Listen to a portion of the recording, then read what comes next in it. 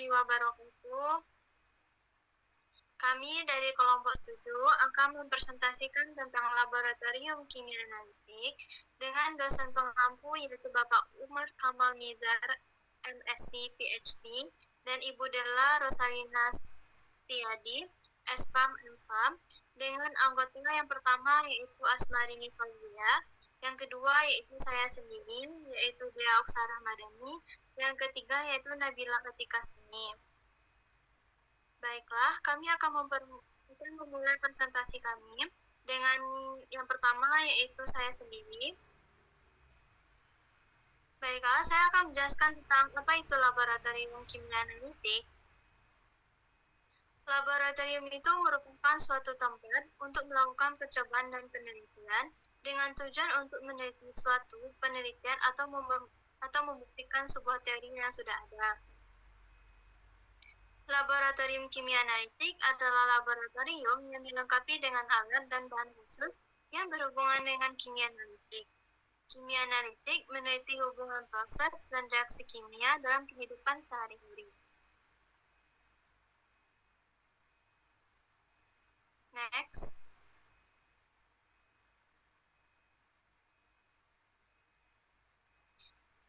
Selanjutnya yaitu standar operasional prosedur atau SOP.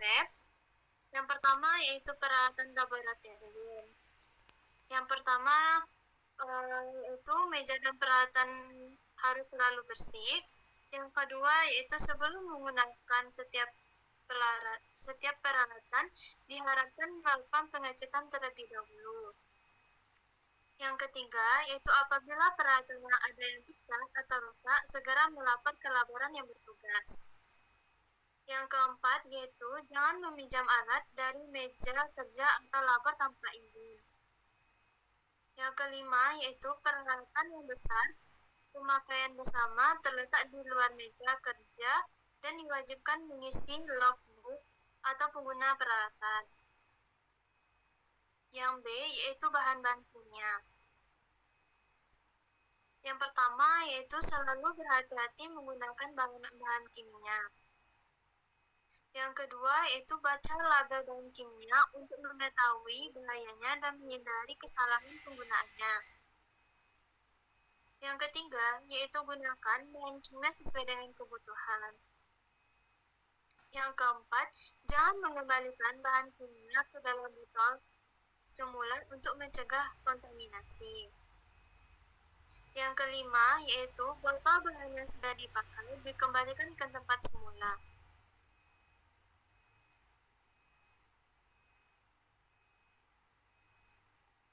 Next,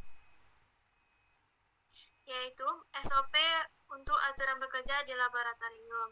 Yang pertama yaitu jangan bekerja sendirian. Yang kedua yaitu tas diletakkan rapi di lemari yang disediakan di laboratorium. Yang ketiga yaitu jangan bermain dengan peralatan atau bahan-bahan yang ada di laboratorium. Yang keempat yaitu harus membuat rencana percobaan yang dilakukan sebelum memulai pekerjaan di laboratorium. Yang kelima yaitu dilarang memakai sendal atau sepatu terbuka ataupun sepatu berhak tinggi. Yang D yaitu keselamatan kerja di laboratorium. Yang pertama yaitu kita dilarang keras untuk merokok di dalam labor. Yang kedua yaitu selalu gunakan peralatan pengaman kerja seperti jas laboratorium, masker, sepatu tertutup, dan lain sebagainya. Yang ketiga yaitu apabila kulit kita terkena bahan kimia, segera cuci dengan air mengalir, minimal yaitu kurang lebih 20 menit. Yang keempat yaitu bila terjadi kecelakaan, segera laporkan kepada asisten atau petugas yang ada di labor. Yang kelima yaitu mengetahui letak tabung pemadam kebakaran dan kotak P3K.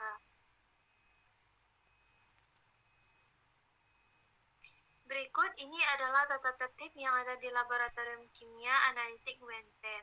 Bisa teman-teman baca, biasanya itu terletak di depan pintu sebelum masuk ke ruang laboratorium analitik.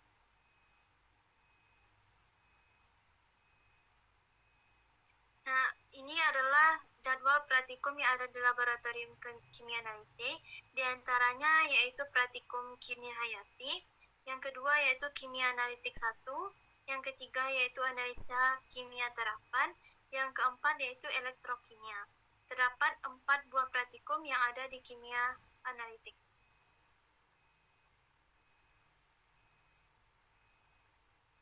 Selanjutnya yaitu standar laboratorium yang akan dijelaskan oleh rekan saya yaitu Asmarini Fauzia. Kepada Asmarini Fauzia dipersilakan. Baik, terima kasih saya ucapkan kepada moderator yang telah memberikan saya kesempatan untuk menyampaikan materi selanjutnya yaitu standar laboratorium. Yang pertama itu ada struktur organisasi. Adapun struktur organisasi di Laboratorium Universitas Negeri Padang secara umum yaitu yang pertama Kepala Laboratorium Instrumen Ibu Trisna Kumalasari MSD PhD. Yang kedua Kepala Laboratorium Mikro Teaching dan Praktikum yaitu Ibu Samsiani MSD PhD. Yang ketiga Kepala Laboratorium Penelitian Ibu Okta Suryani SPD MSc. Untuk laboratorium analitik sendiri diawasi oleh Pranata Laboratorium Pendidikan atau PLP yaitu Herawati Desi Putri. Next.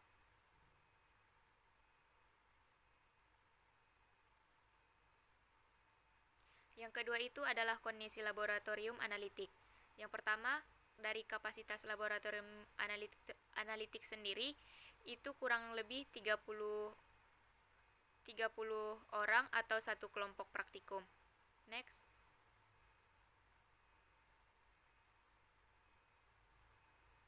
Yang kedua, dari kondisi laboratorium analitik sendiri itu dari hasil observasi kami langsung, kami mendapati bahwa ventilasi dan pencahayaan di laboratorium analitik sudah memadai saat melakukan praktikum sehingga dapat memudahkan para praktikan saat melakukan praktikum.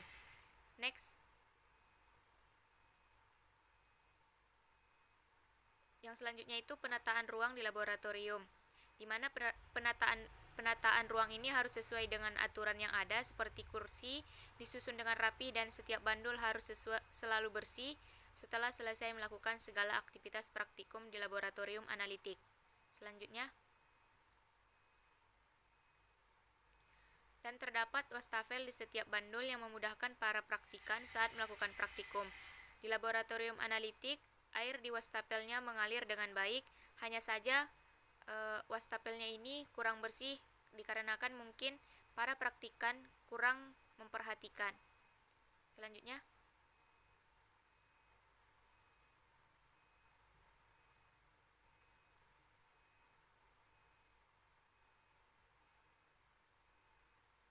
dan berikutnya itu terdapat cok sambung di setiap bandul agar memudahkan jika sumber arus listrik diperlukan saat melakukan praktikum.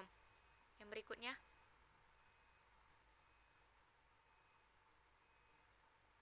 nah selanjutnya ini terdapat rak penyimpanan tas dan barang pribadi. Hal ini dilakukan untuk menghindari tumpahan zat pada barang yang dapat merugikan.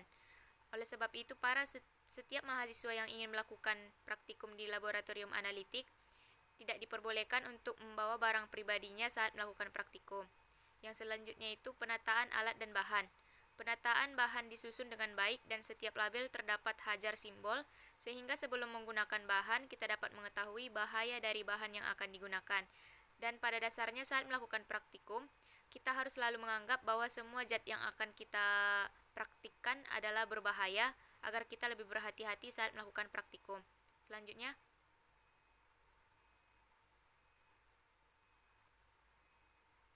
terdapat juga lemari asam, di mana alat ini yang dirancang khusus untuk menyimpan bahan kimia yang berbahaya, seperti asam dan bahan kimia korosif lainnya dalam kondisi yang aman.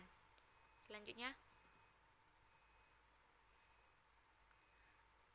untuk alat-alat di laboratorium analitik sendiri, setiap alatnya disusun dalam lemari penyimpanan sesuai dengan ukuran dan bahan alat agar menghindari terjadinya kerusakan alat-alat praktikum, di mana alat yang kecil diletakkan di bagian atas dan alat-alat yang besar diletakkan di bagian bawah. Selanjutnya, untuk keselamatan kerja akan dilanjutkan oleh teman saya. Saya kembalikan ke moderator. Baik, terima kasih kepada Asmarini Fauzia. Selanjutnya yaitu keselamatan kerja yang akan dijelaskan oleh rekan saya yaitu Nabila Atikasani. Kepada Nabila dipersilakan. Baiklah, yang selanjutnya itu adalah keselamatan kerja. Terdapat APAR sebagai alat keselamatan apabila saat melakukan praktikum terjadi kebakaran. Selanjutnya itu ada panduan keselamatan kerja saat berada di laboratorium. Keselamatan kerja di laboratorium adalah keadaan yang ideal untuk bekerja di tempat yang dilengkapi peralatan untuk percobaan atau penyelidikan. Hal-hal yang perlu diperhatikan di dalam laboratorium itu ada penggunaan APD yang lengkap, mematuhi tata tertib, penggunaan masker, penanganan kebakaran, penanganan tumpahan, dan pembuangan sampah. Next. Terdapat juga safety shower untuk membantu melindungi bagian tubuh Anda agar terlindungi dari zat atau cairan kimia yang berbahaya. Dalam konteks pekerjaan laboratorium, keberadaan peralatan darurat sangatlah vital mengingat tingginya risiko terpapar zat kimia yang tinggi.